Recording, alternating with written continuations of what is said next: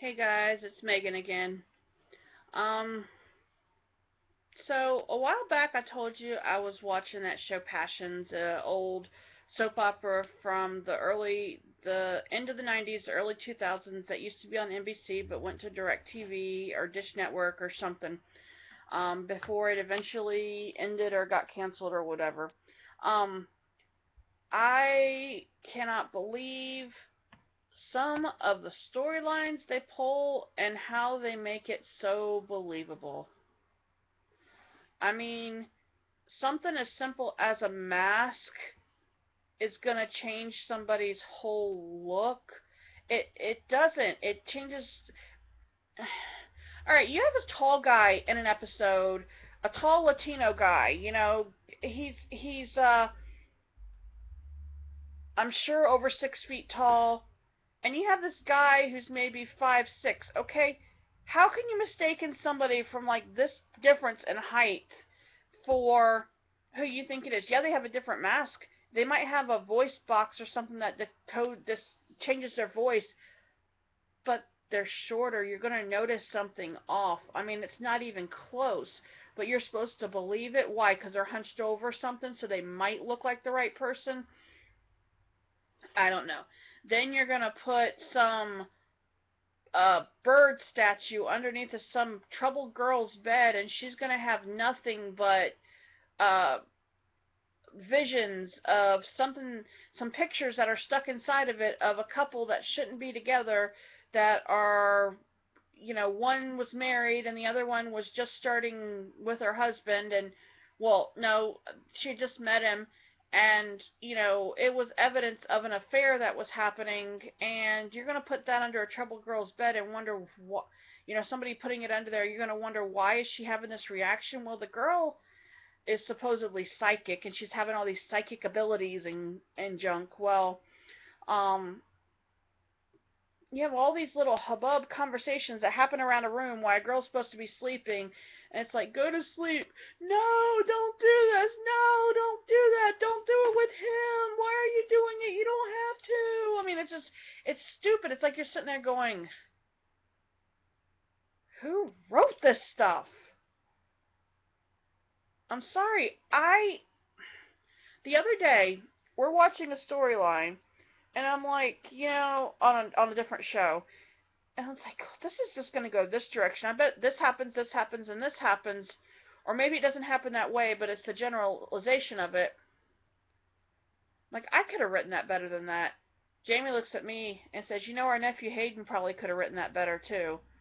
That's pretty bad when a 2-year-old could write a better storyline than that. Although a 2-year-old might not understand what's going on, it doesn't matter. It's the point that the writing sometimes is lacking, and TV shows back in the day, you used to get like lots of seasons out of shows. You'd get more than, one season, and it'd be good if you went 8 or 9 seasons. That was good, or if you went beyond.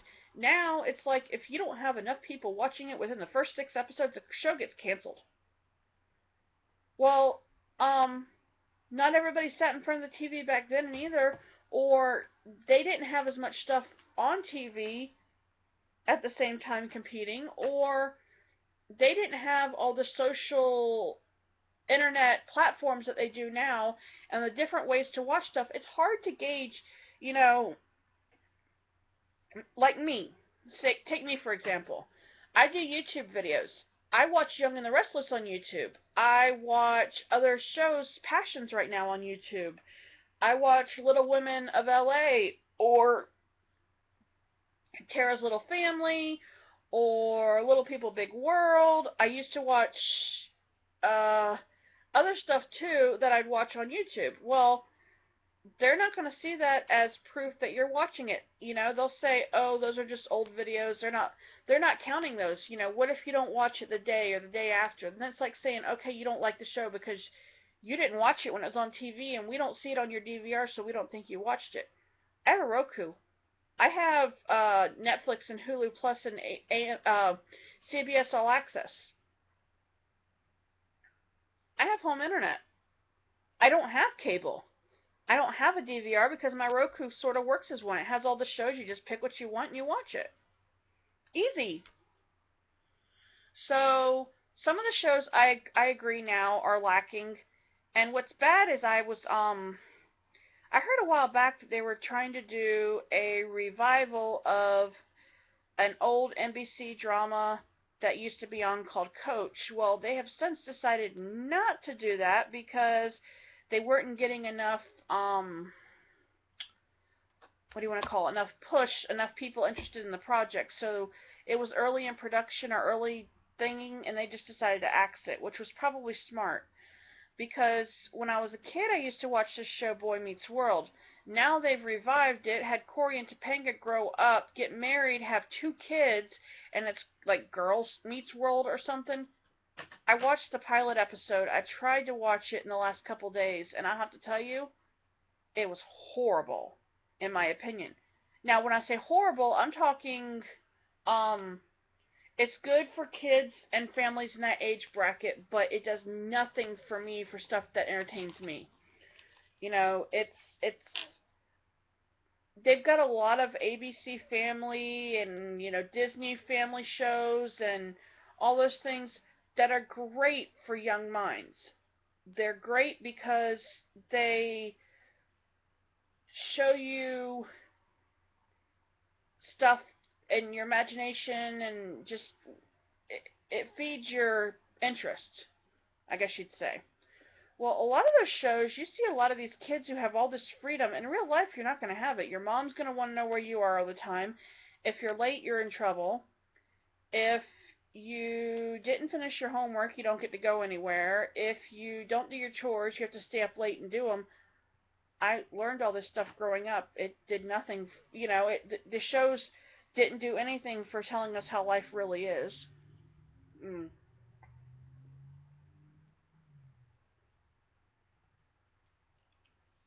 I apologize. I'm so thirsty today. But at least it's diet. Although you say soda's bad, at least it's diet soda. It's not regular soda. Although the sucralose and the aspartame isn't much better. Um, you can't win. People say stay away from sodas. I can do that for a while, but then there's times where I want something. I want the taste. I want the fizziness. And of course that's bad for your teeth and your gums and your stomach and your esophagus and your everything else. It doesn't do much for you, but darn it if it tastes good sometimes. Anyways, let's see what's going on. Just,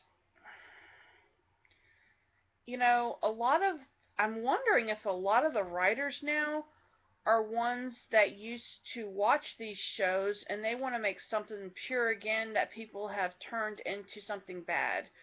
Or you get a good idea, hey, I got a better idea for this actor, let's just hurry up and get this show over with so we can film another one. It's like you move in, you move out just as fast, and it's not good. That's why there's so many shows that want to come back and revive or keep an old show that used to be ongoing. Fresh Prince of Bel-Air, they're trying to bring that one back. Okay, Full House, they're bringing a Fuller House back, but they're bringing it to Netflix next year. Okay, I used to watch Full House.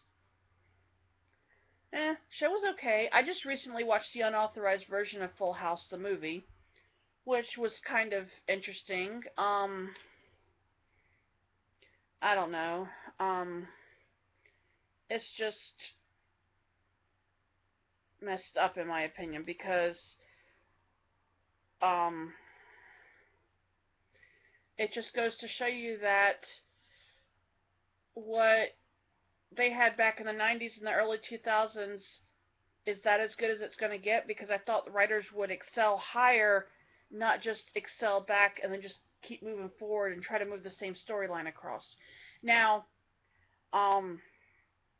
the Twilight movies, those were and are considered a big franchise and, you know, a lot of teen demographic and everything. Well, I don't know if it was E.L. James or whatever, the one who wrote 50 Shades of Grey. Originally, it was supposed to be fan fiction of Twilight. It was supposed to be like from a different version or a different point of view, or excuse me, a story that could keep going on this way. And then she turned it, and her husband turned it into 50 Shades of Grey, 50 Shades Darker, Freed, excuse me. And they have made one movie so far about it. Um, and there's still two more in the works. But it's like, okay, that franchise has left. Okay, this one's left, but now we're making movies about it. But people aren't as hyped as they were when the books came out and we were, reading the books. And it doesn't even have to be 50 Shades. I'm just talking about in general when you're reading books and you're thinking about a movie. I recently found out from an actor friend of a friend that from the time a movie, I don't know if it's the time the project starts. So maybe the person wrote the book's been out, they decide they want to adapt it into a motion picture, and I don't know if it's if it's a year from the time they start filming, or if it's a year from the beginning of the project, which is not for everything, that it takes about a year after you finish the project for it to come out on DVD, on video. I don't know if it's like that for CDs too, but a little over a year. So I'm waiting on a movie to come out next year that I'm excited about, and I'm not going to speak any of it. But it's interesting because there's things in filmmaking that you don't realize happens, and you don't realize how long things are going to take to do. You see something as being, you see a movie that's 2 hours long, you think, oh, that probably took them 3 months to film, that was it. No, sorry, took them a lot longer than that. This is the edited version of what they filmed. They've cut things out of it. They've added things to it. They've had to add music to it. They've had to, do the layers of things. They had to make sure everything's consistent from beginning to end to tell the story. Now, if you have flashbacks, they have to film those. And sometimes they have to do all the flashbacks before they can even start the movie because say your hair's a different way, or you're pregnant a certain time but you're not pregnant later, or something. Some of the stuff they can, it's bad when you see flashbacks but you see somebody who's like now like an old person and they're trying to make them look young by putting a wig and stuff on, whereas if they get it before they get old, then it's like saying somebody's young but you're trying to make them look old. So you have to figure out the middle ground on that. So okay, I'm not going anywhere else with this video, so I'm just going to go ahead and upload it to you. You guys watch it and tell me what you think. Thanks. Have a good one.